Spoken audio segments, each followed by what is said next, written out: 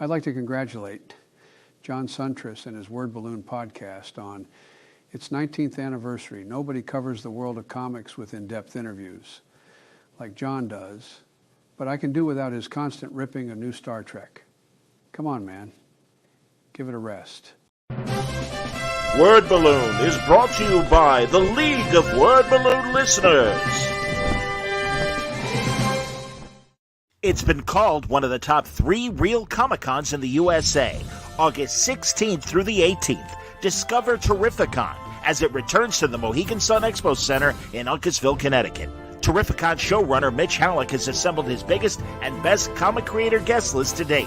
Jim Lee, Scotty Young, Mark Waid, Adam Hughes, Jason Aaron, Charles Soule, Scott Snyder, Greg Capullo, Brian Azzarello, alongside legends like Chris Claremont, Jerry Ordway, Howard Chaykin, Jose Luis Garcia Lopez, Louise and Walter Simonson, Klaus Janson, Lee Weeks, and dozens more. Terrificon also brings you the actors who have brought your favorite superheroes to life on the big and small screens. Michael Rooker, Charlie Cox, Star Trek actors Walter Koenig, Nana Visitor, Armin Shimmerman, Ethan Peck, Celia Rose Gooding, and many more. That's Terrificon, August 16th through the 18th. For information on tickets and guests, visit Terrificon.com.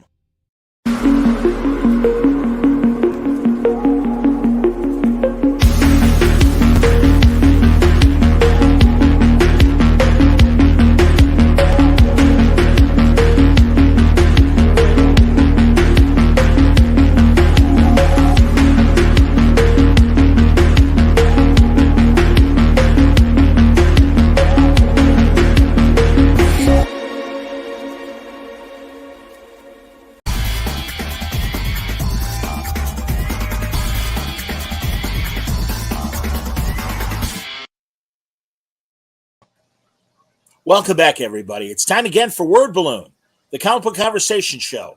John Suntress here. Greg Puck, how has it been 3 years? I know. Well, I think the world and the pandemic. Although the pandemic's no excuse, we could have done it with this. We're doing this virtually anyway.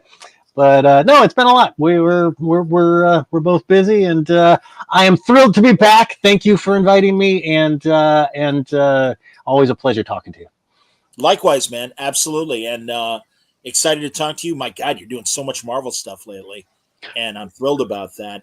And even a couple things I think I missed in the last few years. And of course, I welcome anyone to pop in with questions about new projects and old. But I do want to start with a new thing that's coming up from Boom and you. It's kind of this cool fantasy adventure series called Lawful. Now, again, it's in the early days, so tell us as much as you want about this new series.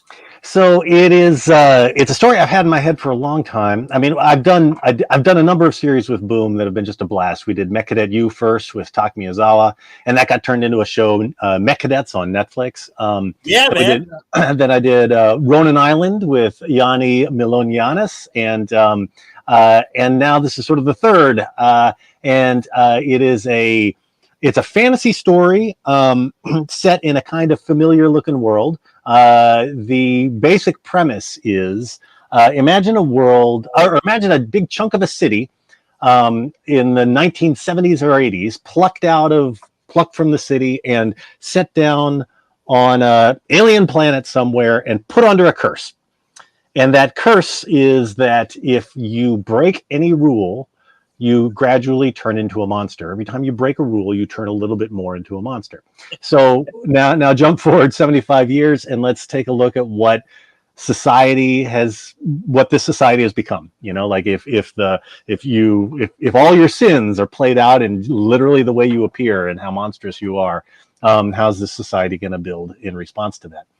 We got these 2 young heroes. You see them on the cover, Sung and Eris, and Eris is sort of the free spirit troublemaker, embraces her horns and cheetah paw, and Sung is the straight arrow who has basically lived with this terrible anxiety of ever doing a wrong thing. If he is the son of a former champion of one of the champions of the city, and a doctor, and if he ever screws up, he feels like his whole world's going to fall apart. and his family will be in great danger. So, and we'll see what plays out with these two young heroes in this wild new world. Miniseries to start. How many issues? It is 8 issues. It's drawn by the brilliant Diego Galindo, who drew the A Stranger Things book we did together called Tomb of Yibwin, which is one of my favorite things from the last few years that I worked on. So he's got this. He's got a really great sense of like he can draw regular people incredibly compellingly well. You know what I mean? Like I love all kinds of artists, but I have a real appreciation for artists who can just draw people in civilian clothes and make them compelling, and he also has, he draws with realistic proportions and I think and does really detailed, realistic kind of textured backgrounds and makes the environment feel really lived in and real, and the characters feel very, very genuine. Like he's got a great command of body language and everything else. But I think that's all really important in this kind of fantasy world thing, because the more real it feels, the more those fantastic elements, the more impact those fantastic elements have. So he's a total pleasure to work with. Irma Knavilla is the colorist. She's a tremendous cartoonist in her own right, but I've been lucky enough to work with her as a colorist she colored Ronan Island, and also a book I did for the New York City Department of Education called Who Belongs, an Asian American history book. Did you work on that with Amy Chu? No, actually it's kind of crazy. We did these two projects totally separately without even knowing about each other. So they kind of have a certain parallel thing going on. They're coming at the stuff from a different angle though, so I think they're complementary. But it was very funny. At a certain point I was like, holy cow, you know what I mean? But yeah, we both did these Asian American history comics around the same time. And I think they both have belongs at the title even. Like ours is called Who Belongs, and I think hers is called something to belong, or fighting to belong, or something like that. Yes, shame on me. The title's escaping me. But No, Amy's great. Amy's great. Well, there's plenty more where that should come from. Exactly. Was last month Asian Awareness Month? It's actually this month. It's this month. Yep. Okay, wow, that's great. Yep. Sometimes I feel like a putz when I have Black creators on in February, or there's to acknowledge from an advocacy thing what's going on, but I also don't want you to think, oh yeah, all right, fine, this is the month. Fine. No, it's all good. I'm happy. Yeah, I'm happy to jump on it, and if there's any extra publicity or attention we get as a result, that's great. No, it's all good. And then I just to plug Simon Boland is the letterer. He's lettered a ton of these books. I mean, he lettered Hercules back in the day, and the Hulk books I was working on back in the day. So sure. It's fun to keep on working with him. And this cover's by Christina Cadilla, and we've got a bunch of Erica Henderson does a variant cover for this issue, and so does Miguel Mercado. It's the team's just amazing. Chantel Larocque is the editor, and it's just a pleasure working on Boom again. They know what they're doing, and every time I work with them, the book gets better than it would have been if I'd been doing it by myself. So it's been exciting. No, I'm glad that Boom is a great place for you to do creator-owned stuff. And I'm glad they're willing to, help, believe in your projects and everything. I think that's terrific, man. And goddamn, before we get to any Marvel and again, I'll even say maybe I missed some DC stuff in the last couple of years. But regarding Mecha going on Netflix, and stuff, God, what a wonderful opportunity. And tell me about that experience. It was pretty wild, like it's all the time stuff gets optioned, right? Or like there's some attention and all that kind of stuff. And then I worked in film before I came over to comics, you know what I mean? And so people like to joke comics will break. I mean, not even joke. People will say comics will break your heart. Like that's attributed to both Jack Kirby and Charles Schultz. But the film industry doesn't even know you have a heart. You know what I'm saying? Like, and there's just so many projects that everybody in the industry has worked on that just never even happened. So I tend to be very, I don't get my hopes up ever. But Netflix got interested in MechCadet and Boom has a really good team, and they got behind it, and talked with them and worked with them, and and it actually happened. You know what I mean? It went through all those stages along the way, and then it actually got made and actually got aired. How about that? So it feels like a major triumph. Aaron Lamb was the basically the showrunner. I don't know if that was officially his title, but he was the head writer and the person ushering it through. And Jane Kim was the exec behind it all. And they just really like it's not a panel by panel replication of the comics. You know what I mean? But it like they redesigned the robots and added some characters and did a lot of interesting stuff to flesh it out. But it totally they picked up the project because they loved it and they loved the spirit of it and the central through lines and all of that. So that was very cool.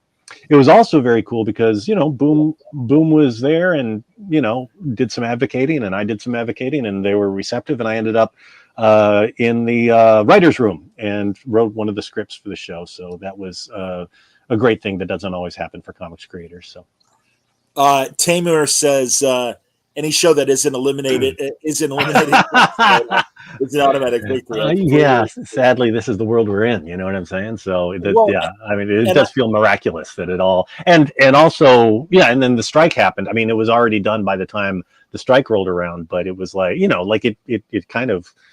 And animation writers actually weren't on strike, but still, you know what I mean? It's all of this.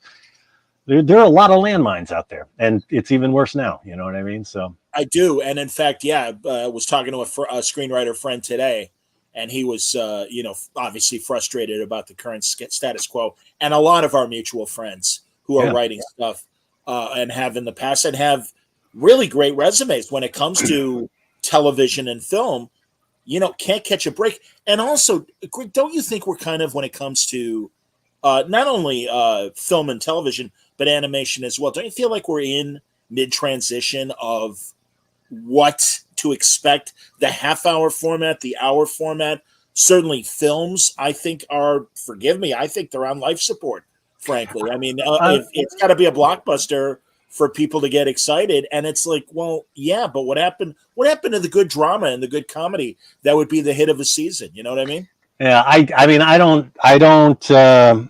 I won't pretend to be expert enough on the business end of it to be able to analyze it all. You know what I mean? But I do know it's like independent. I come out of independent film, and independent film has always been like comics. Independent film is always dying, and it's always enduring, right? You know what I mean? There is that kind of feel of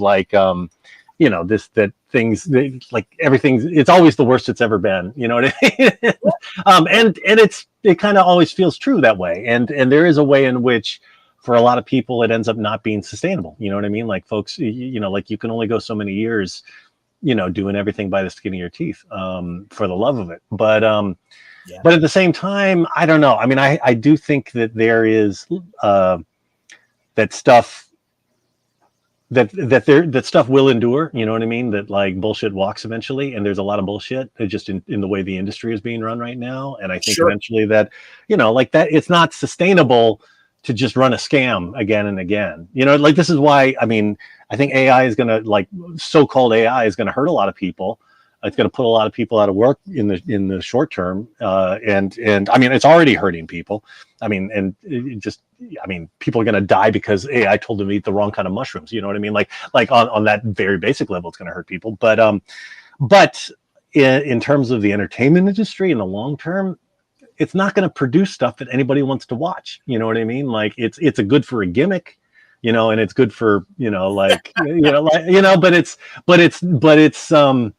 but people, I mean, movies do endure because people want to go see movies. You know what I mean? They want to see stories. They want to be, have a human connection. You know what I mean? They don't you remember, I don't know. I mean, we're old enough. We've seen the whole choose your own adventure thing. We were there as the internet came online, and everybody was like, "Oh, hyperlinks! They're going to change storytelling fundamentally. We're all just going to be clicking through, and everybody's going to do an alternate kind of story, and that's going to be the future of storytelling." That has some influence on some storytelling, and certainly there's some good storytelling that have been done that way. That's not what everybody sits down to watch when people want to watch a story. People don't want to be clicking through. I mean, games is probably the best example of that, but even there, I mean, that's a different entity, right? People still they want to be told a story. Tell me a story. That's what kids say. They don't say, like, click me through a choose your own adventure story to their parents. You know what I mean? I think there's something fundamental about wanting to be told a story from a fellow human being. You know what I'm saying? And I think that endures. That endures. Well, I hear you, but I also think too, I worry about attention spans of younger people. It seems like, God, I mean, like for instance, this weekend's SNL. I didn't watch it live. I watched it on YouTube. Yeah. I watched all the segments and everything. And Christ, they even chop up Weekend Update into 3-minute bites as opposed to giving you the full 10 minutes or whatever it is. At the same time, you got people who are binge watching entire TV series in a weekend. You know what I mean? So I do share some, like I know what you're talking about, but no, but that's a good point. Yeah. I mean, there's also, this sounds weird, but people talk about, oh, kids don't read enough. Kids are reading all the time. You know what I mean? Like they're not reading. They're not necessarily, like, not every kid is buying books, but you know how many kids are reading fanfic all day long? You know what I mean? Like that's reading. Sure, we may not love what they're reading. You know what I'm saying? But there's still right. My youngest nephew had trouble reading, and I started giving him comics. And sorry, everybody, you might have heard this story on Word. But my brother-in-law, good guy, but a total like sports guy. Yeah. And at first he's like, hey man, the kids really like sports. That's nice, but. And I'm like, hey man, I don't know how to break it to you, but the kid's reading the comic book. And and he goes, "You're right," and I apologize. And I'm like, no man, I get it. I go, listen, I'm not trying to, convert anybody, and I don't want to make nerds or whatever. This is literally like 15 years ago. I go, but by the same token, I go, like the kid's liking it and he's reading. Yeah. And I go, that's, God, my father, thank God, taught me how to read with the funnies. And he's just like, hey, the kid's reading. So it's funny, Ed Cato. Ed, I owe you I want a book report just between you and me on how great things went at Ithacon, his wonderful convention. Oh, and nice. He says, he worries about old guys' attention span. I agree with that, Ed. My own attention span wanes these days. Mostly just because I need a nap. I think that's really, I treasure naps above all else. Not above all else, but I treasure it. It's very high on my list. Definitely my top 10. I take so many naps. I think I borderline on narcolepsy. It's sad but true. Comic Chic. He wants more City Boy from Greg. Sure. Thank you very much, Comic Chic. That is City Boy was a book that I did for DC. Yes. as part of the. There was a group of several different Asian American projects, and City Boy was one of them, and it was a thrill. It was a 6-issue series. I'd had this idea for a kid, like a superhero story, kind of an unusual superhero story with a kid who is tuned into cities. Where he can sort of like tap into what the city knows, and he can even start to control cities, like the infrastructure of a city at a certain point. So Jessica Chen over at DC was putting together this thing, and I pitched the idea to her, and she said, "That's awesome." And she said, "Can we put him in like sort of K-pop fashion?" I was like, "Sure." So he's got, cool. and she got a Minkyu Jung came on board to draw it, who is this amazing artist, Korean artist. He had worked on some Star Wars books, so I knew him from that. But he's just did a tremendous job. I mean, like, again, a person who could draw people in sort of civilian clothes and make them look cool. He designed this awesome jacket with like a cityscape on it. You know what I mean? Which I wish I had. But yeah, no, the story meant a lot. It was, we poured a lot of emotion into it. I mean, essentially the story is about, what it's really about is a kid who is kind of abused by his mother, who abandoned him. And he's kind of trying to find her. He's sort of on the street, like living on the street, but he, eventually acquires these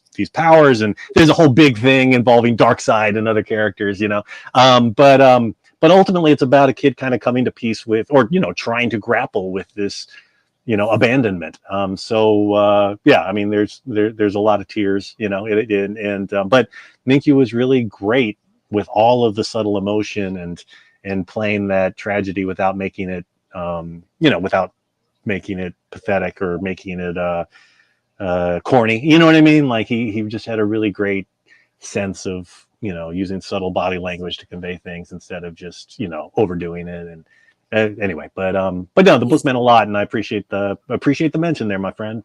Might we see more of City Boy? I would love it. I've had some conversation, but nothing has been solidified. But fingers crossed. It's kind of funny. Like I realize I do. I'm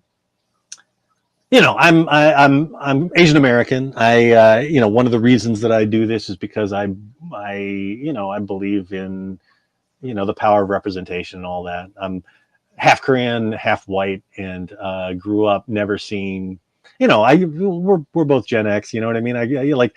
Margaret Cho jokes about, back in the day, an Asian person would come on TV, and in her household, they'd say Asian person on TV, and the whole family would come and look. And it sounds like a joke, but it's true. I mean, it was that rare, and we would yell, we would be like, hey, look, you know what I mean? Totally different world now, but I still think it like this, the idea of having characters in fictional entertainment that look like the world we live in, so that is important. So, so it's when I have a chance to do something like this, one of these companies, even if something doesn't happen with it right away, I know that now it's in the hopper. And the way these things grow, someday that's going to show up again. You know what I mean? It's going to be there, and folks are going to do stuff with it. The same way, like I've been able to use Jimmy Woo because they created Jimmy Woo back in the day. You know what I mean? And that like eventually, like I got to create. I created Amadeus Cho, and co-created Amadeus Cho with Taka Miyazawa, and that character's shown up everywhere, or almost everywhere. Hasn't made the movie, hasn't made live action yet, but knock on wood. But he's been in games, he's been in TV shows. They've made freaking toys out of them. You know what I mean? Like eventually this stuff becomes part of that shared universe, and there's a chance. Well, absolutely, man. And again, I think you as a participant and observer have seen, I think, the effort of certainly the big two, and also companies like Boom. Yeah. Totally. Yeah. Mech Could I Do? Yeah. And even the new book and everything, man. Yep. I mean, it's like, no, you've got, and that's great. And it's necessary, but it's good. And also then we just have things like Keanu Reeves' success with a character you've played with, John Wick. I mean, that's wonderful. Yeah, I mean, Larry Hama preceded you, and I'm blanking on other Asians. And I forgive the generalization because obviously you're half Korean. Yeah. And, but really just Asian people. We mentioned Amy Chu earlier and stuff. Yep. I mean, my feeling, and I want your opinion.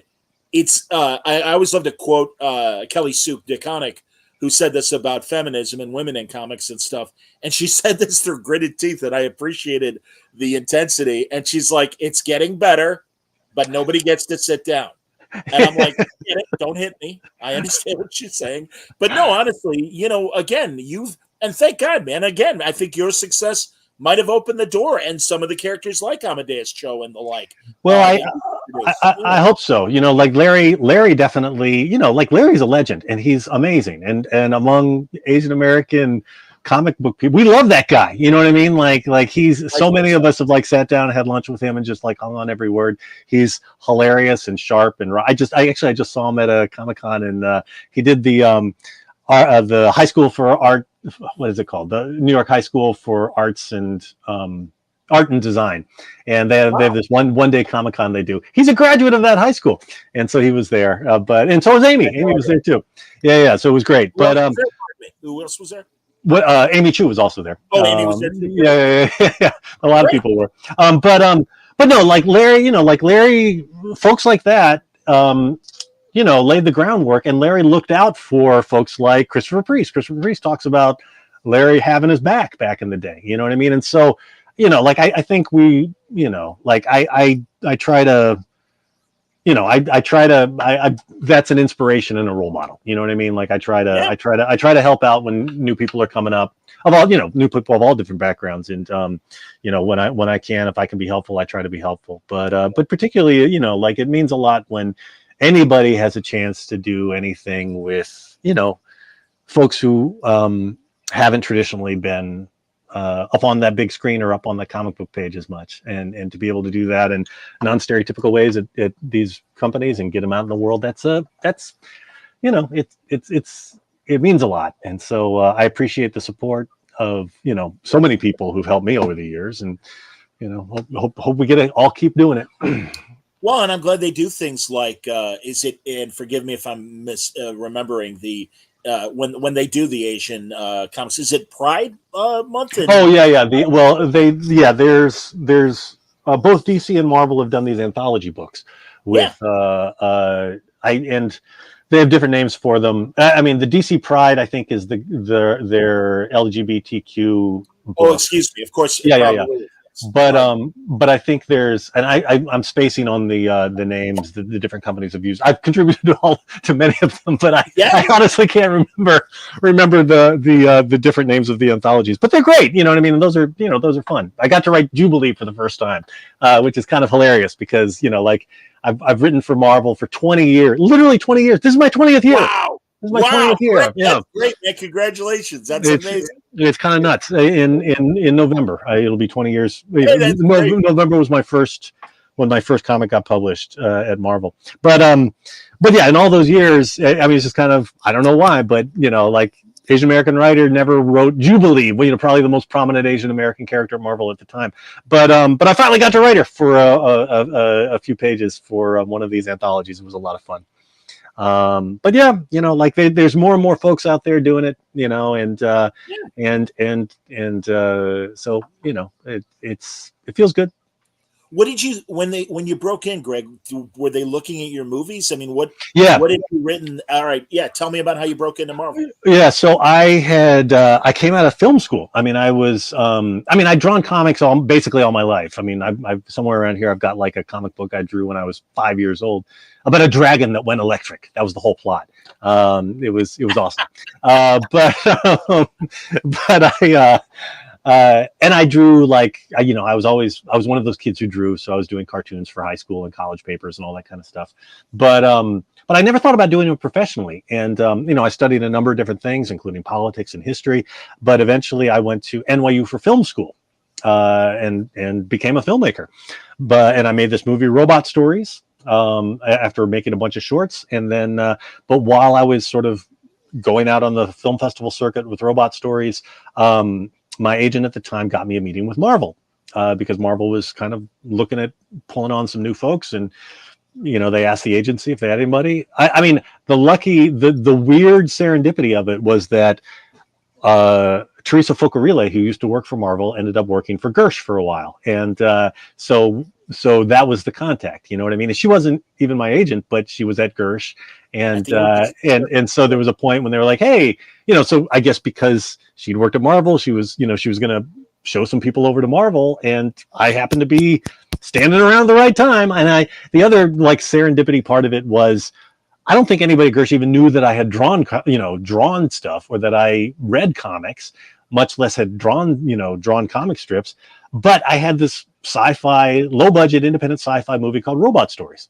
And the other wild thing about it is that Robot Stories was a really successful, tiny little movie, but it was a terrible calling card for getting more film work because it was an anthology picture. It was 4 different stories. And most movies aren't anthology pictures, you know what I mean? And they want to see one full story, all that kind of stuff anyway. But that turned out to be a great calling card for comics because each one of these stories was about, you know, the 20-minute long stories, and they're roughly equivalent to the length of a comic book. And they showed that I understood beginning, middle, and end. And they also were about kind of like everyday people grappling with everyday sort of emotional situations. But there was a crazy genre twist in every story. And that kind of fits with the whole Marvel, you know, like neurotic heroes, you know, emotional stories combined with genre hijinks, you know. So it got me a meeting, and I still laugh about it because I remember meeting Axel Alonso, and Axel was like, "Yeah, hey, so what kind of, what characters might you be interested in?" And I said, "Oh, I don't know. I really love Kamandi." And he was like, "That's actually DC." And I was like, "Oh, sorry." And I've grown up reading Marvel and DC. You know what I mean? I've read all this, but I wasn't paying attention. You know what I mean? And then I said, "Oh, you okay? Oh, geez, sorry. I really like Metal Men." And he was like, "That's also DC." I mean, and again, this is just serendipity because Axel had just come over from DC, right? And he liked that stuff too. You know what I mean? So I happened to make, like, the mistake I made happened to be made to the right person, I think. You know what I mean? Anyway, it all, and then I had this long, long kind of apprenticeship because I was writing, like they threw some different possible projects at me, and I worked up some outlines and wrote a full script for one. And then it turns out they came back and said, "Oh my God, we love this script." It was like they genuinely loved it, but they were like, and it turns out that they didn't have the full rights for whatever it was they wanted to do. It was like tied up for legal reasons or something. So I ended up not doing it. But eventually the thing came together with Warlock. I did a Warlock series, and then I got Phoenix Endsong. Which I literally jumped up and down when they told me I had that, because that Phoenix story was the defining mainstream comic story of the 80s. You know what I mean? When I was, a kid, middle schooler reading comics or whatever. And, and then that first issue debuted at number 3 on the charts, and I had no idea how that happened, but it was cool. It was awesome. And then suddenly I was like, oh, I think I might actually have a career here, and so it went on from there. That's excellent. All right, you've opened a door, and I will walk through it in a moment, but I want to acknowledge a couple comments. Oh, yeah. Gordon Bell enjoyed Magneto Testament. It led me to reread God Loves, Man Kills, X-Men 200, Trial of Magneto, and the X-Men classic backup Bolton story drawn about the death of Magneto's daughter. Yep. It's unfortunate Marvel hasn't reprinted it. It's pricey online. I don't know if it's available on Marvel Unlimited or not. I don't know either. I think it is. I mean, so much stuff is, but yeah. I mean, I would love for that. I mean, I'm sure they have reprinted it a couple of times, and I'm sure they'll do it again. I've talked to a number. I mean, there's a number of educators I know that use it. Like it's been used in New York City high schools. Wow. It's been used in a few different college courses and things. So yeah, I mean that book we. And just thank you for that comment. I mean that comment, I really do appreciate that. That's one of the books I'm the proudest of. It was Warren Simon's kind of dream project for years. He was the editor, and he had this. He brought me into his office at one point, and he said, "Greg, I got this project I think you might be good for, and it's basically Magneto Year One." And as soon as he said that, I knew exactly what it was. You know what I mean? Because Magneto's Year One would be a story about a kid trying to escape the Holocaust with his family. You know what I mean? And we did it. We got a amazing historical advisor, and we took it as seriously as possible. I had literally 2 shelf. I had like 12 feet of books that I got while I was researching that. It was. We felt a huge amount of responsibility to get it right. In the end, it's really historical. It's historical fiction that is as historically accurate as possible. There's virtually no heroics or superpowers in it. And we just, but it, and in the end, it came out with footnotes and notes and a teacher's guide that people have actually used. Yeah. So yeah, I'm very grateful to have worked on that. And then a few years later, we did a book called, and that was drawn by Di Giandomenico, a tremendous artist, Italian artist. Is it Carlo? My God, I just spaced on his first name. I'm gonna do a quick little search on the supercomputer on my desk here. But the Carmine, not Carlo, Carmine. And then we followed it up a few years later with a kind of a bookend story called Red Skull Incarnate, which was the Red Skull's origin story as a German orphan who grows up on the streets in Weimar, Germany, and then eventually gets sucked into the Nazis, joins the Nazis, becomes a monster. Johann Schmidt, indeed. Yes, exactly. So, and Mirko Cholak drew that one. But yeah. So I mean, it's been. Again, I appreciate the mention of that. It is looking back on this whole 20 years. I've been really lucky in that I've been able to do big, wild, goofy things, very personal stories, and then also stuff like this, like historically based stuff. It's a real wide range. People think comics and they just think superheroes, but there's so many different things going on, even in totally mainstream comics. 100%, man. And no, I'm so glad that within the last 20 years, Marvel has really delved into more stories about the 40s and 50s. DC has always done a great job of that. Oh, right. It really does feel like it took the modern era. I mean, every now and then we get a Fantastic Four flashback story of Reed and Ben, back in the 40s, or Captain America and stuff. But no, it's the Marvels project. Brubaker's one of my favorite things that he ever did. Things like that. And I do. I think, and especially characters like the Red Skull and Magneto. It's like, no, there's a history there. Hell, even Zemo, what JMS is currently doing in Captain America and everything, and you're seeing the early days of Zemo with Von Strucker and everything. Yeah, that's cool. Yeah, so, Tom Brevoort reached out, and because he knew that I'd done that kind of stuff, he had me do a Namor story for Marvel Comics Presents. It was a short one, but it was a lot of fun. By the way, mentioning that, I really loved, and I really have to go back now and read it more to really get into it more. But your Atlantis Attacks miniseries. Oh, thank you. Just fantastic. Well, and also, listen, man, they had me with Agents of Atlas way the hell back in. Jeff Parker's. Yeah. Well, even before that, hell, man, the very first story that Don Glutt did for What If. Oh, cool. With that original 19. Yeah. No, Jeff did a great job. You continued to do a wonderful job, and I'm always glad that when you come back to Jimmy Woo and company, and even a couple of the new women that you introduced.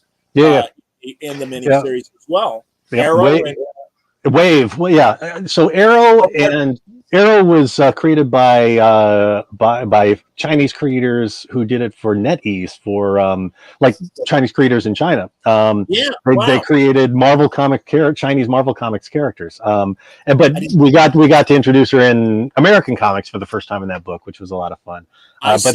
But then Lanil, you and I co-created Wave, who is a Filipina superhero, and that was mind-blowing. Like the response to that, like it was like astounding. I think that first issue got reprinted I don't even remember how many times, but it got reprinted a lot. And there was a store in the Philippines that told me they sold, I think 5,000 or 6,000 copies of just that one issue.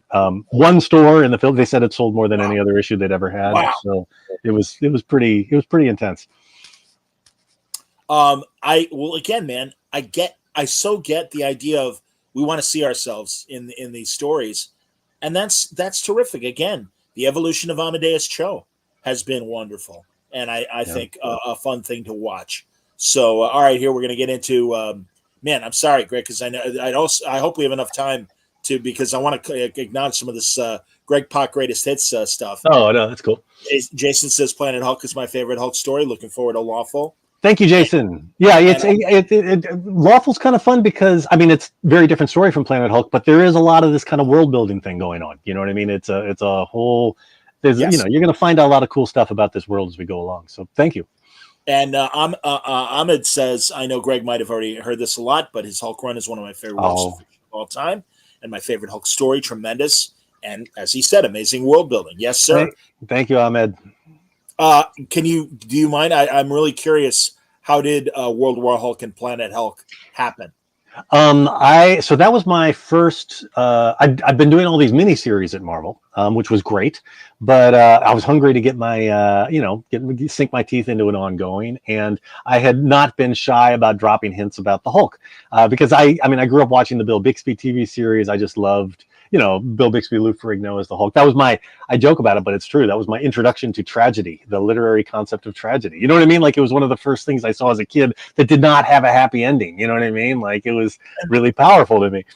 And the hitchhiking in the song. Yeah, exactly. Like someone to ride at the end. Yeah, I bought that song on off of iTunes a while back, just because like it's actually there.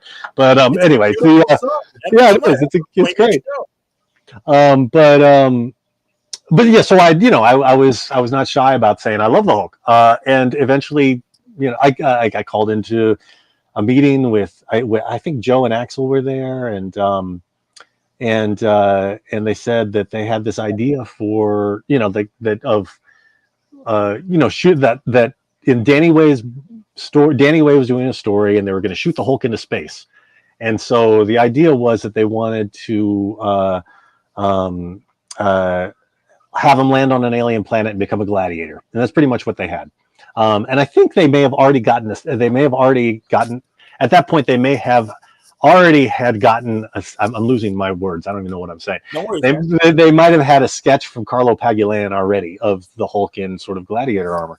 But that was as much as they kind of said. And then so they basically cut me loose to build this whole world, to figure out what the real story was, and to build this whole supporting cast and figure the whole thing out. And it was amazing. The Mark Paniccio was my editor, and we were thick as thieves, and we'd get together every week and we'd go to this pizza joint around the corner, for this grungy little pizza joint. We'd sit in the back, like next to the battered Coke machine, and just cackle over the edges. We were like talking about all these ideas. It was like, oh yeah, this would be awesome. And it came together, and it was a beautiful thing. Carlo Pagulayan and Aaron Lopresti switched off on art, and Chris Sotomayor colored the whole thing. And it was just a real special project, and it just hit at the right time. People were ready for something different. You know what I mean? And sometimes you do incredible work, and it just doesn't quite hit. You know what I mean? Like, you can't control it. You know what I mean? Stuff and sometimes you do stuff that you don't necessarily think is the best thing you've ever done. But we always are trying to make everything the best thing we ever do. But we know when stuff doesn't quite hit the level we had been shooting for. But sometimes stuff we don't really. Some stuff that's okay ends up becoming very successful. I mean, I don't complain about that. I don't complain about any of it. I try not to, but and then every once in a while you do work that you really feel proud of and you really are excited about, and it hits, and everybody seems to, not everybody, but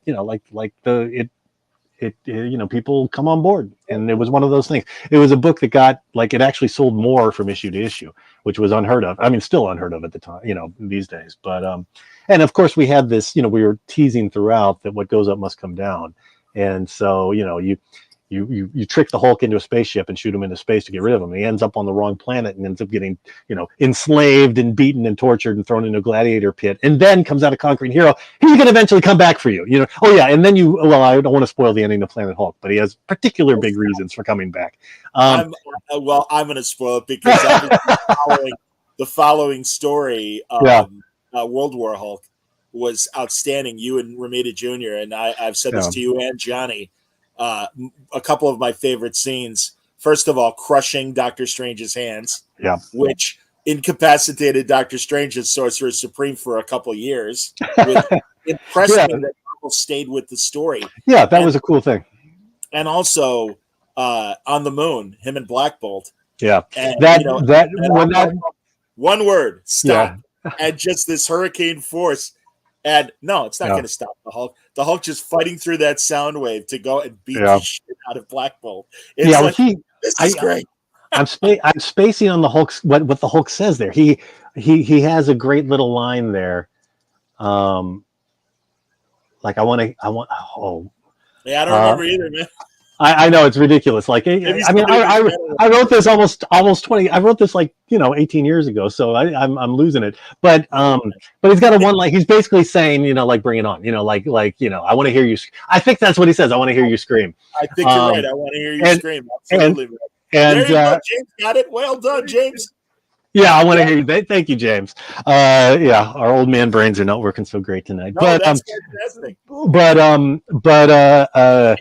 John Romita Jr. told me later that when he got to that line in the book, he was like, okay, okay, I'm going to do this project. You know what I mean? Like he's like, he gets it. He gets it. And he drew the hell out of this page, with the Hulk holding, Black Bolt after he's beating the hell out of him. And I saw that page at a con, like in a thing for like, it was like $2,000 or $3,000, and I didn't have that kind of money. I should have bought it because I could probably resell it for $100,000 now. You know what I mean? Like I don't know if it would sell for that much, but yeah, that was a wild experience, because having John Romita Jr., this legend, drawing this book. I mean, the other funny thing about that was I turn in these scripts, and Johnny would, he'd draw them, but then he would just add pages because he just wanted to like make this action bigger. You know what I mean? And I was like, and he's John Romita Jr., so he can just do that. He would just do it. He'd just draw extra pages, and I was like, okay, this is cool because then I end up getting paid for those pages as if I wrote them, because you know what I mean, because it goes in the system, and now this 22-page book is suddenly a 26-page book, so I get paid for 4 extra pages. Like, go Johnny, let's do this. It's very funny, but yeah, no. How about the alien characters that you created that not only obviously are so great in the book, but then are exploited in the subsequent Ragnarok Thor and even in I want to say Infinity War, probably Infinity War. Yeah. They're in Endgame and Infinity. They're in all that stuff. Yeah. The two that folks know the most are Korg and Meek. Korg is the big rock guy. Right. Yeah. And so so I knew that Hulk needed to have this a cadre of fellow gladiators and all that. Yeah. They should all be aliens. I mean and they're all like hated, and treated as monsters, just like the Hulk. And he ends up like, he has to fight them, but then they team up together and they rebel. And it's kind of like, like for one of the first times, the Hulk is like, he bonds with people. They're literally called the Warbound. You know what I mean? So, and that's part of his progression. Like the big thing, I wrote this out and stuck it over my computer, like monster to hero. That was the theme of the whole thing. You know what I mean? 100%. Yeah. Yeah. But yeah, so I knew I wanted to, to pull together an interesting group of aliens, and and some I just created from scratch, but then some I wanted to have links to previous Marvel continuity just for fun, And like I always loved the Brood, so one of those heroes or one of those gladiators is No Name of the Brood, but then the Stone Man from Krona was those were Thor's first opponents, and I just always thought those were fun. I mean, I had that. I've got it right here. Origins of Marvel Comics. I had I had this when I was when I was a kid, and I read and reread that Thor origin story where you see the here it is. There we go. I totally forgot that those were the bad guys. Yeah, the Stone Men, like there they are, and I just thought they were a lot of fun. They've got this, just anyway. So I was like, let's take one of those dudes and put him in this story, and that's what we did. And eventually, he's we kind of lean into the stone thing. He's like he's a stone man with a heart of gold. You know what I mean? Like, and he's a brick. You know what I mean? He's a rock you can depend on, that kind of a thing. You know what I mean? Like, and he was like one of my favorite characters in the whole series. He's like he's one of these people who gets the Hulk, but also is like one of the few people who can say, well, let's think about this, or you know what I mean? He's always the kind of voice of reason and all of that in this kind of solid way. But and then Taika Waititi dug the character and put him in in the Thor movie, and voiced him himself. Yes. And he does a much more comic take on him. He's got like he's cracking jokes. He's sort of comic relief, sure. But at the same time, there's a lot of that that core thing of this Stone Man with a heart of gold that's still there. So it's a trip seeing that.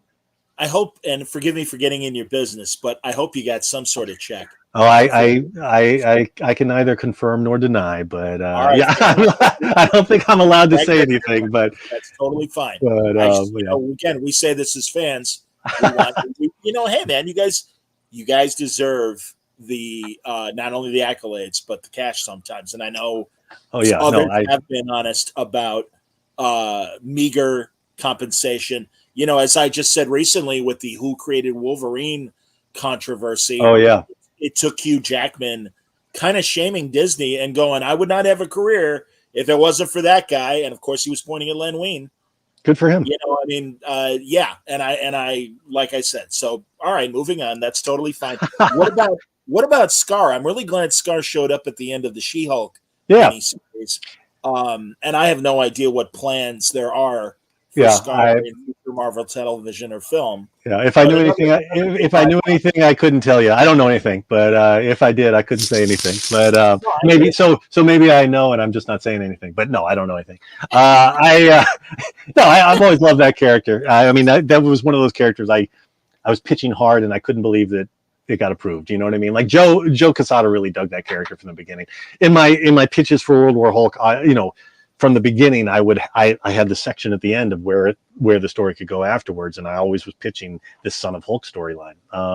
And Joe just dug it from the beginning, and and eventually, we did it. So it was a lot of fun. It was pretty cool. Great. Absolutely. All right, moving on from the Hulk, a couple more recent things. Loved your Shang-Chi. Thank you. See, I'm an old man. I still say Shang-Chi instead of Shang-Chi. But really, I loved the Gang War miniseries that featured Shang-Chi and Spider-Man. Dovetailing into the Spider-Man event.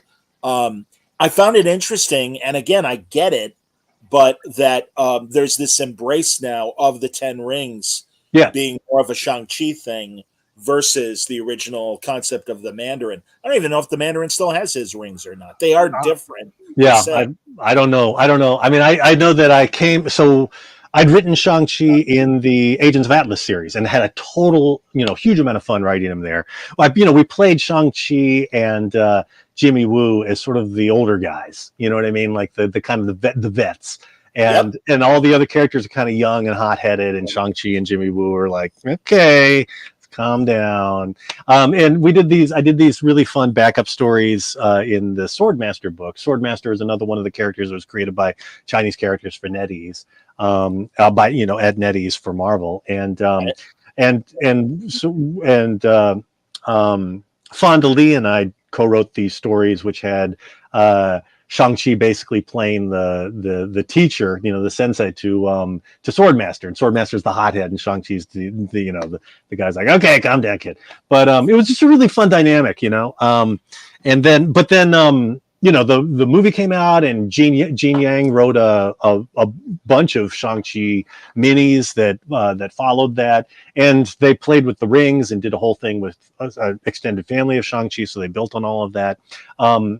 And then Darren Shan over at Marvel, gave me a holler and asked if I wanted to do this mini, and I was like, hell yeah! We were picking up after Gene's series, so we were using that continuity and playing with it with the Ten Rings stuff and more in some of the other like the magic and mythology that Gene had brought into the story. It was fun. It was a lot of fun. Well, again, I loved it. Great 3 issues, dovetailing into the Gang War event that's happening in Spider-Man. Yeah. It's funny, and I'm glad you mentioned Gene, because also you followed him on the Chinese Superman right over at DC. Oh yeah, I did. I got to so he had it was funny because I was writing Amadeus Cho as the Hulk at Marvel, and then he was writing the Superman, Kenan Kong. Or Kong Kenan, so it was kind of fun. Like we were both doing these, big Asian superheroes at the different companies, and then I got tapped to do for one of those anthology books, the DC anthology books. They asked if I wanted to do do one of these things, and I was like, yeah, and I teamed up Gene's Chinese Superman with Green Arrow's son, the Connor Hawke, because Connor Hawke is he's half black, a quarter Korean, and a quarter white. Right. No, he's half white, a quarter black, and a quarter Korean. And I just thought I'm biracial, and I was like, it's kind of interesting because I don't know that folks think that much about Connor as being part Asian, but he is, and let's play on that, and so I dug into the continuity and read about his mom and he introduced his aunt in this storyline, and did a team up with him and Shang-Chi, and it was a lot of fun. They were, I mean, again, it's like, whenever you get a pair of characters who are who have fun, who drive each other a little bonkers, that's where the juice comes, like with Shang-Chi and Swordmaster,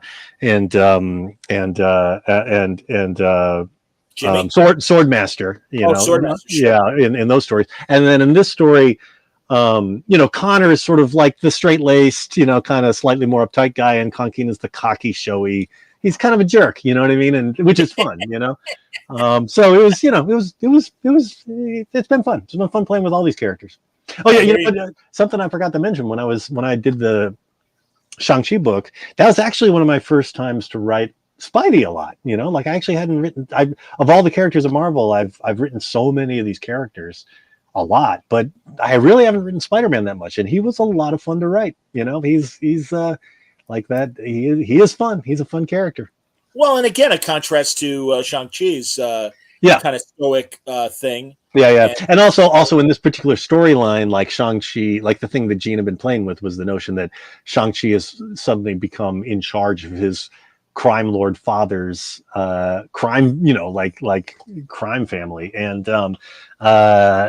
so as the story starts, people aren't sure if Shang-Chi's a villain or a hero, you know what I mean? And in this gang war, where is he going to stand and all of that? So, so that was, like you've got Shang-Chi trying to hide things and, playing it close to the chest, and Spidey being a little baffled. So it's been fun. I also appreciate the way that Marvel over the years has been able to reinvent Shang-Chi's father, who started off as Fu Manchu. Yes. Well, and again, honestly, Greg, and I want your opinion on this. I try to look at the positives, and to me, as frankly racist yellowface stuff that we dealt with the original material, as a kid, what I always appreciated was this was an Asian Moriarty. This was a crime lord of great intellect. Yeah, I mean, it is interesting because, like we struggle with this kind of thing all the time. I remember, like if you have a bunch of characters of a different background, then you got a lot of flexibility. Steve Orlando was talking about this. He was like, Steve is gay, and he's like, I love it when I get to have a bunch of gay characters in a story, because then I can have a gay villain.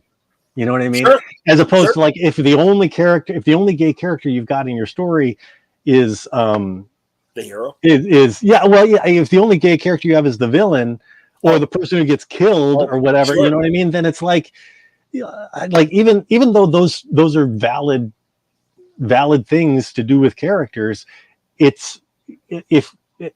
like that can end up just looking bad and feeling bad and being racist, frankly. You know what I mean? Like if that's the only kind of character that this characters of this background ever get.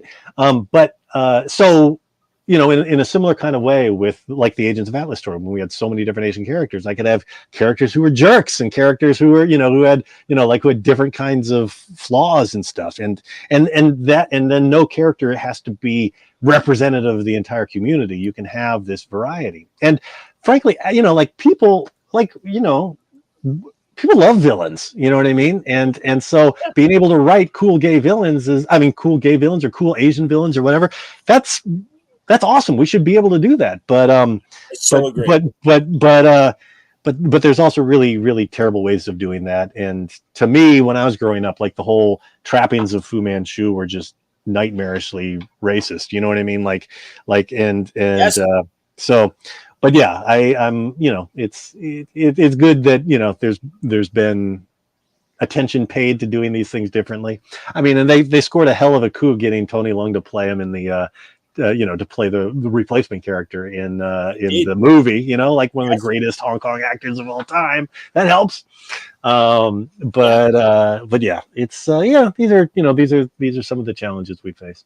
But like Ram V, when it comes to circumventing a lot of bad tropes of foreign intrigue in some of his characters and characterizations, it's like, no, if you can peel away the objectionable stuff and actually, again, if this Chinese crime lord happens to be Asian, but has again the kind of intellect that you respect out of a character like Moriarty in the Sherlock Holmes stuff. It's like, okay, this you can really say something, and you can do it without having Blackjack Tar being really gross and refer, with epitaphs to not only Fu Manchu but also Shang himself.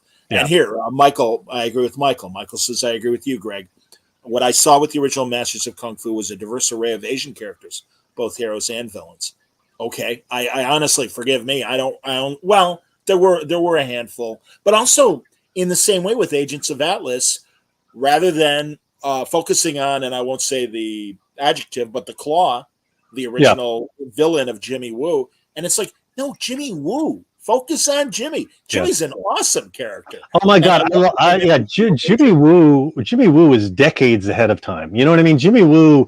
I'm determined to do more with Jimmy Woo. By the way, so cross your fingers for me. Cross your fingers for me. I hope so, Greg. Because truly, he is one of my favorite B level or C level characters. Where it's like, this guy needs more love and more. Yeah, I got a pitch in rolling around here. So eventually, hopefully, we'll get that going. But yeah, no, it's I mean, it is interesting because so much. I mean, like, I got a complicated history with all this stuff. Like when I was growing up, I was not a big Bruce Lee fan because racist kids would do kung fu moves in front of me. You know what I mean? Like that, because that's the like a thing that is awesome gets turned into a thing to taunt people with in a racist way. You know what I mean? But and so for years I avoided martial arts projects and stuff like that until fairly recently when I was like, screw it. I actually love this stuff. And I did the Ronin Island thing, which is basically a samurai story. You know what I mean? And then I did this Shang-Chi thing finally. You know what I mean? It's like, but it so there's, I think, and everything, there's a time for everything and all of that. But, sometimes stuff, I don't feel like redeeming some stuff, you know what I mean? And then sometimes the time is right. Okay, fair enough. And again, thankfully, not only these classic characters, but also, the acceptance and love of John Wick. Good Lord. Oh, yeah. 4 movies, pretty goddamn fast. Oh, yeah. Nobody. What's that? Tell me about writing John Wick. Yeah, so I got a call from friends at Dynamite, and they'd gotten the John Wick franchise, and I was like, sign me up. It was something. I mean, the trick with all of these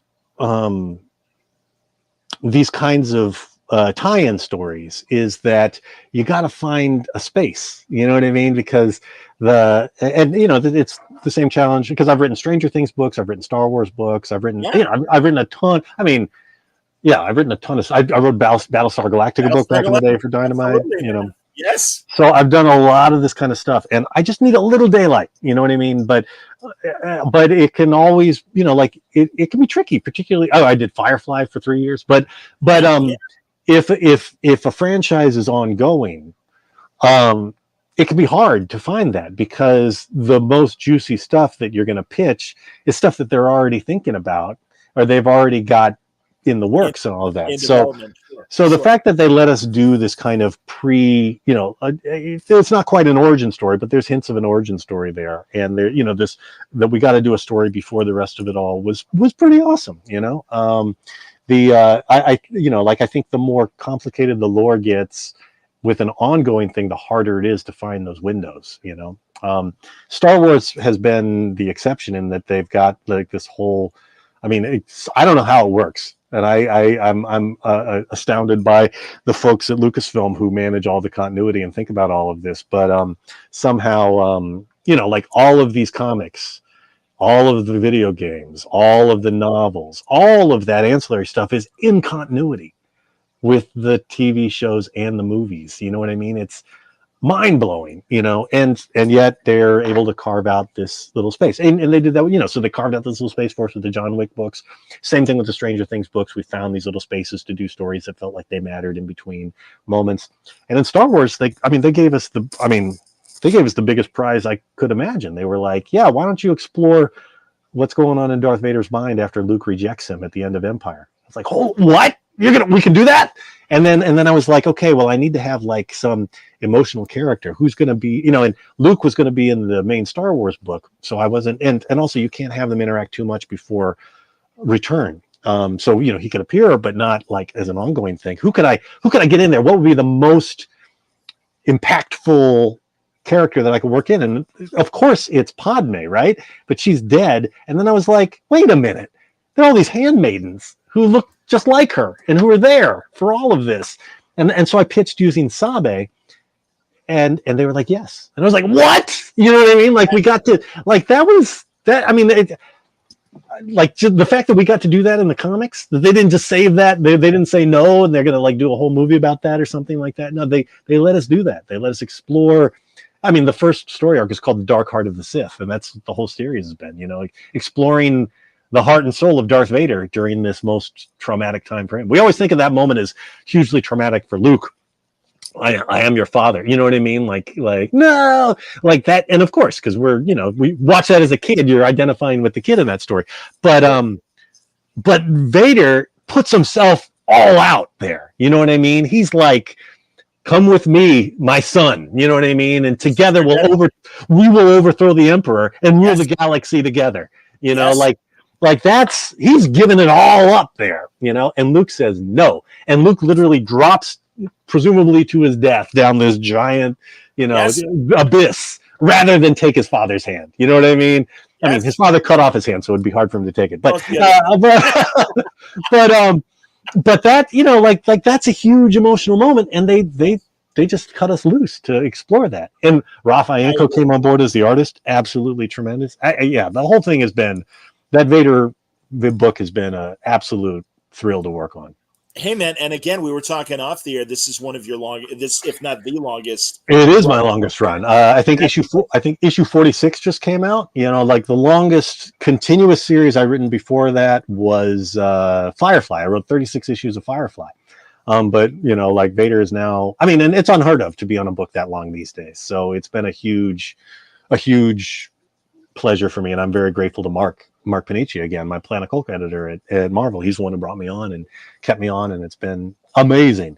I may have written as many issues of the Hulk over the years, or even but my initial Planet Hulk run was 12 issues. You know what I mean? Like and then we did World War Hulk, and then the Incredible Hulk kept going through World War Hulk, but then like the numbering switched up. We did the Hercules book, and then so. In terms of like consecutive storyline, a consecutive full run, Darth Vader is the biggest. So it's a trip. All right, now, and then forgive me, everybody, because I see we had a couple John Wick comments. Oh. James and Michael say, does the dog die review of John Wick? Yes, and it's terrible, but John Wick spends the rest of the movie deliberately finally avenging the dog. So it feels really like a pro-dog thing overall. Agreed, they treat the dog's death with such gravity, not a minor moment. Yeah. And then Tamor points out, and I didn't remember this, it's the 25th anniversary of Phantom Menace. You worked on a Phantom Menace anniversary comic. If you remember your reaction to first seeing Phantom Menace. Good Lord. Yeah. Well, I was born in 1968, so I saw the first Star Wars movie when I was, 8 years old, 9 years, what was it, 77. So I was like 8, that summer of 77. And so I'm, the original series, like that's the original trilogy. Original series, that's a Star Trek term. No, we're talking about the original trilogy in Star Wars. But yeah, so those were always like, that was Star Wars in my mind, right? And I was not impressed with the prequels when they came out. You know what I mean? Because I was frankly a little long in the tooth for them. You know what I mean? So I didn't approach them with the wide-eyed, and they were made for kids. I mean, Lucas has talked about that. You know what I mean? Star Wars is for kids. You know what I'm saying? Like that's also part of it. Like even like the original movies, like Star Wars is corny. Like the movies are full of corny jokes that are great. You know what I mean? Like that's the charm of it all too. You know what I mean? Like, but no, I did not particularly like the trilogy. The prequel movies when they came out. Yeah. But when I got the Vader gig, I watched and rewatched them many times, And I have been blown away by the full arc of the tragedy of Darth Vader. You know, I mean, Lucas has talked about this, that's the story of these first 6 movies, the tragedy of, you know, Anakin Skywalker. And it is really, I mean, I've come to, you know, deeply appreciate the, you know, all, and it's like, and it's been fun to be able to kind of show some of that work in the comics, you know, like in the comic, in that first issue of our Darth Vader comic, when Luke goes plummeting down, Vader like does a flash, you know, you see these kind of flashbacks in red for Vader, and he sees Padme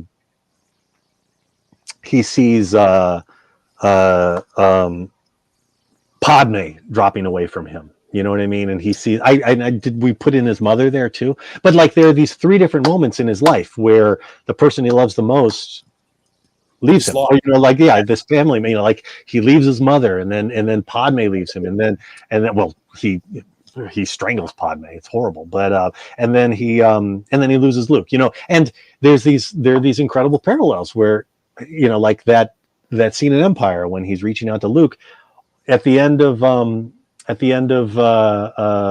Revenge of the Sith, on that platform in Mustafar, he basically makes the same offer to Padme. You know what I mean? He's like, you know, he's like, join me. You know what I mean? Like, we're going to do this. And she says no. So Luke rejecting him is, you know, it's a parallel with Padme rejecting him. There's other things like that kind of blew me away when I noticed too. Like there's just like camera angles and the way, like when Luke faces Vader at the end of Empire, they're using similar camera angles to when Vader faces Obi-Wan at the end of you know, yeah, exactly. You know what I mean? And so I don't know. There's just, I mean, and that's just kind of scratching the surface. There's a lot of interesting setups and payoffs that happen throughout that whole thing that we got to play with, you know. Well, and I think people like yourself, and also the novels and some of the other extended universe stuff, have been able to project Vader's pain. That ever since Anakin became Vader, he's in constant pain. Yeah, and you know, and Kieran Gillen and Charles Soule, who were on the Vader book before me, just did tremendous work exploring that stuff too. But yeah, I mean, yeah, it's been great. Oh yeah, and well, and Timur was talking about the Phantom Menace book, the tie-in book that we did, because we did the Celebration book, and that's really, if you like the stuff we've been doing in Vader, go get that book, because it's kind of an extension of the whole Vader book. You know what I mean? Like it's looking, I mean, it's part of this story of Darth Vader, because you're seeing kid Anakin. You're basically seeing the events of Phantom Menace really through the eyes of Anakin, and we get a glimpse into sort of moments that you don't see in the movie. You know what I mean? Like the moment when he finds out that Qui-Gon has been killed, you know, and you know, like little moments behind the moments where he's kind of seeing the path that he's going to be on. And we also give Shmi, his mother, a kind of a I shouldn't call it a send-off, because this isn't the end of her character. The end of her character happens in a much more terrible way later on down the line. But it's I think we give her some really deserved attention, and that helps her story, or you know, does something pretty additive to her story. That anyway, I'm really proud of that book. Will Sliney drew it. It's beautiful. Well, and Will's an amazing artist, absolutely. You know, I think back to one of my first conversations with Walt Simonson, and the somersaults that they had to do, because his the book he was working on, Star Wars, came between Empire and Jedi, and just like you said, he's like, we want to, and it's before, I think. I know he was writing it while Empire maybe was in production. Oh, so I want Luke and Vader to see each other, and they're like, no, you can't do that. This happens to me all the time on licensed books, where I'll pitch something, and it is the greatest idea ever, and they'll be like, no, we're not. You can't do that. And they don't say why, and I don't ask, because I know in 2 or 3 years it's going to come. They're doing it. You know what I mean? They're doing it, which is fine. It's like, it's flattery to me sometimes. You know what I mean? It's like, oh, okay, yes, because I thought of the great story that, of course, is the obvious one that you're going to do. But yeah, you know, and our job is to still find really compelling stories that we can do, you know. You know, I just started watching the new cartoon Tales of the Empire. I haven't seen it. Like Andor, I'm really happy that they are exploring ideas beyond Jedi, Sith warrior, and all the mystic stuff, because this is what I always appreciated about the Dark Horse era of Star Wars books. And I give it up to guys like Gabe Hardman, who wrote that stuff, and Karina Becco, and of course John Ostrander and Jan Duursma and what they were able to do, because it is a big galaxy, and you do want to know how the status quo is affecting the common man and the common woman. Oh yeah, and well, Crimson Empire, one of my favorite side stories that had nothing to do other than a guy who was an emperor's guard suddenly has a change of thought and goes rogue. Things like that. It's like, so would that ever interest you? I mean, I'm glad absolutely. I'm glad you get to play with the big toys, and obviously, you know, they want the hits. But yeah, I just think there's opportunities. Yeah, that stuff is totally inspiring. I think it's great, and I mean, I think Star Wars, like, there have been stories that have done really cool, different. I mean, it's different genres within Star Wars is solid gold. You know, like Mando was a Western, right? You know what I mean? Like the like that. It was like a classic structure is classic 70s Western. You know what I mean? Like episodic kind of Western adventure. You know, wandering 100%. Gunslinger. Totally successful. I mean, even the music, it's like spaghetti Western music. You know what I mean? It was amazing. Yes. And then Andor is this whole political intrigue thing, like exactly as you say. I think it's great. So I mean, I love that. I've got I mean, I have some ideas I'd like to pitch someday along those lines. But I mean, one thing that we did do in the Star Wars book is introduce this whole Schism Imperial, which is this group of sort of like kind of forgotten and disrespected imperial officers who are sick of the chaos that the Emperor brings, and you know, the kind of low-level officers and administrators who are, you know, quietly staging a coup. So that's, you know, like stuff like that is, you know, it's fun to work into these stories. Absolutely. God, I don't know if this is possible or not, and if they think of you this way. Do you ever try to pitch for TV and film? I always have something going on that I don't talk about until it actually happens. You know what I mean? I've been to the finish line, or I should say I've been near to the start line so many times, like signed contracts and everything, and then an exec changes and it doesn't happen. So, like, you know, like that. So, like I say, the film industry doesn't even know you have a heart.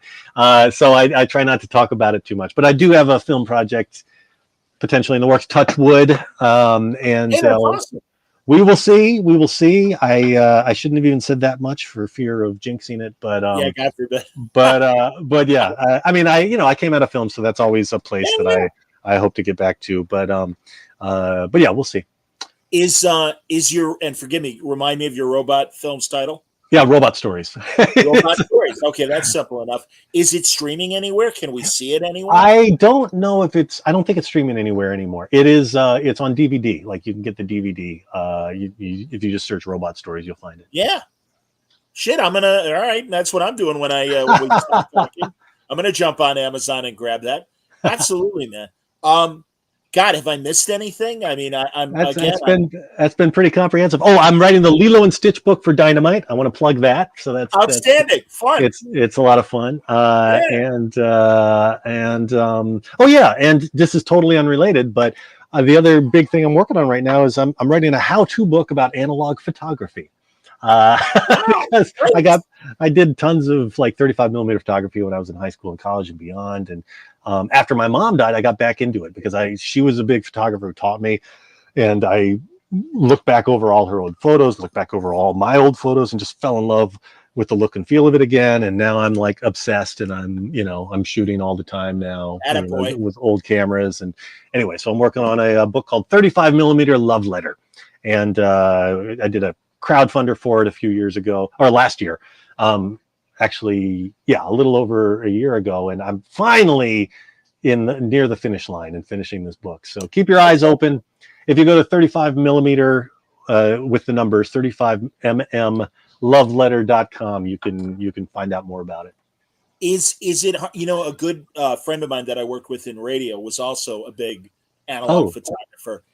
And God, you know, Greg, when you come to Chicago, Central Camera is oh, just a I was blue. wearing I was wearing a Central Camera T-shirt earlier this morning. I should have worn it. I should have kept it on. I Oh, totally forgotten you're Chicago. You would totally have seen it. That was absolutely. Dude, one of my favorite stores. It reminds me of the stores when we were kids where you could buy 8mm films yeah, of, yeah. like, I remember seeing the Star Wars, the first not Death Star, but the like X-Wing TIE Fighter dogfight was on an 8mm Oh, film and stuff. amazing. Crazy shit like that. Old Black Hawk films. And Central Camera has that vibe, as you well know. Mm. And I was wondering, is it hard to find physical film these days? Not these days. I mean, you know, like uh, there are a number of I mean Kodak. So there's Kodak is still the main company making film, and but there's a number of other companies making film, yeah, no, you can get it. There's I mean B&H in New York is one of the best places to get film, but it's not carried in drugstores the way it used to be. Sometimes you'll Of find it. course. Sometimes Sure. you'll find it, but it's you know, but it's accessible, and then there's a lot of small companies that are putting out, you know, like other film. There's a Ilford just put out a new color film called Harmon Phoenix 200, which is this really kind of wild, high contrast, hyper saturated, grainy look, which is just really funky. So, but yeah, I mean, there are options. And classic Tri-X 400, which was that black and white film that I grew up shooting, that's still being put out. It's supposedly a slightly different formula, but it still looks great. So That's cool. it is really, yeah, no, it's a real gratifying thing. It's you know, I if you get me started on it, I'll bend your ear forever. But but that whole analog thing is real. You know what I mean? It feels good, No, feels human, yeah. feels right. Yeah, it's very it's very tactile, and Yeah. yeah, there's something, good Lord, man, and not only in photography and film, sound as well. I mean, as a radio Oh yeah, broadcaster, always appreciated analog more so than digital, yeah, and and it's gotten better. But I'm so glad vinyl has had such a wonderful rebirth. There this you is go, man. Let's pull it out. Bring that's it up. this is the first album I ever bought with my own money. The Adam, Doors, the Soft Parade. So wow, yeah. you were much cooler than me. My first album, although my first single was "Ramblin' Man" by the Allman Brothers. Oh, So that's cool. you know, That's but my fun. first album was Chicago 9, Chicago's greatest hits. That's all good. That's good, man. All I mean, right. there you are, Chicago. You're doing your hometown proud. Exactly. Doing my hometown proud. Absolutely, man. That's hilarious. I got one Central Camera story I have to share with you. Oh yeah. My dear friend Sarah, who's an amazing photographer, took in film to be developed, and she has vintage cameras and all that, and she brought her film in on a metal spool that, you know, she got, and it's a vintage spool. And when she, you know, you get your spool back and everything with the developed photos, and they tried to give her a plastic spool, and Sarah's like 5 foot flat, tiny little thing. And she's like, "You better get me my goddamn metal spool, or we're gonna have a problem." And I'm with her, and I'm just standing back, letting her fight her fight. And it was so great. And the guy's like, "Okay, calm down, calm down." And it's like, "No, I'm not gonna calm down. You're fucking right now, and I don't appreciate it." And I'm like, "Go, Sarah, go get it." That's very. I'm confused. I mean, was she rolling her own film, so she had her own cartridge? Maybe that's what's going on. Well, I mean, I don't know if they were on a Brownie or whatever, but it was definitely an older camera. Oh, okay. So maybe she's doing 120. Yeah. Oh, okay. Got it. Yeah. I haven't done 120 yet. 120 is medium format, and so I think what's going on is the camera was built in with a metal spool. Yes, and she wanted the camera's spool, not the plastic. Yeah, okay, I get it. That's hilarious. Yeah, yeah. So so that's my one small knock on Central Camera. It's still a great store. I tell friends who are into photography that are from out of town, you got to go here. So I'm so glad you get it and everything. All right, one last Star Wars question from James. Has Jackson shown up yet in your Vader? No, we have not put the giant green rabbit in the book. But you know, who knows? In the fullness of time, anything's possible. Well, again, I give you credit. Oh, I'm sorry. Please, if you had more on that. Oh no. I was going to say, what I love is, unlike a lot of the licensed books that we grew up with in the 70s and even in some of the 80s and stuff, I really think there's more care by the licensee to really honor the original material and make great Oh, yeah. shit. Well, And it's great that you're working directly with Lucas, and it's good that your stuff is getting vetted, and it is good that they are oh yeah. giving you the daylight you need to operate in.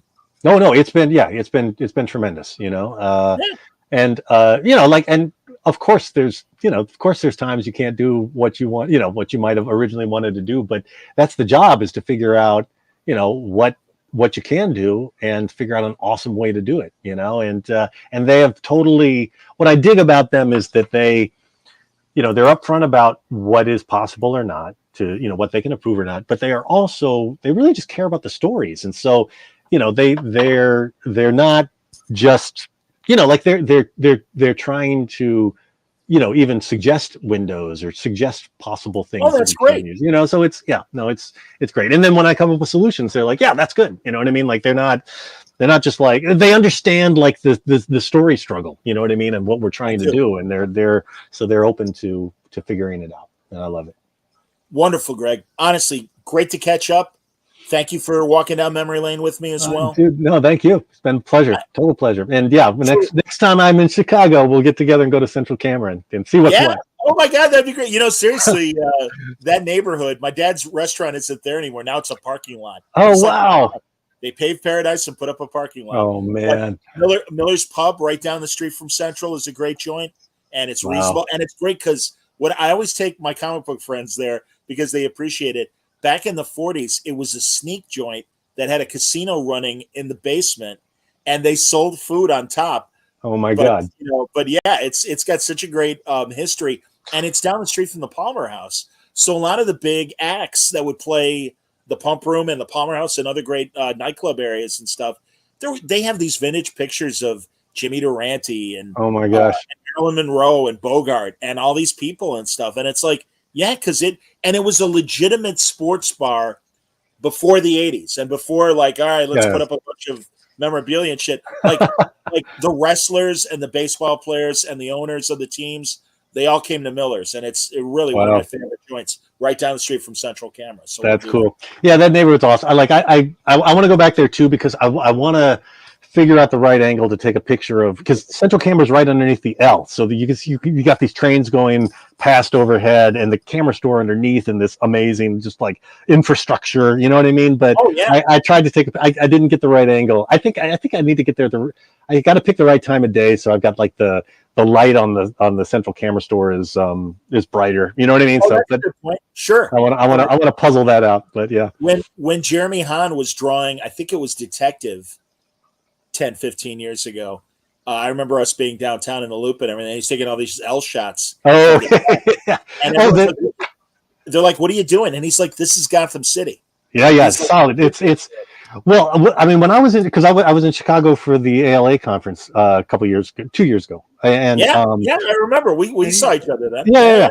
And the big, because I live in New York, and in New York most of the trains are underground, but when they're above ground, they're way above ground. And in Chicago, they're just right up there. You know what I mean? Like, I feel like you can almost jump up and hit them on the bottom. And it's a subtle but real difference. You know what I mean? And it's really interesting. So I had a lot of fun in Chicago taking pictures and just and I have the same fun. I have the same fun when I go to New York. It's so funny. People, like, I know New Yorkers are like, I would never go to the subway. I'm like, well, you're an idiot. It's fascinating to be on the subway. Subway's awesome. I have no fear. It's fantastic. So yeah, when I do New York Comic Con or visit friends, I'm all about the subway. It's great. Absolutely. No, it's the best. Yeah. Anyway, total pleasure, man. Always great to talk to you. Please, when you have something new, for instance, and we'll remind people once again. Lawful. Lawful coming up. When is it debut?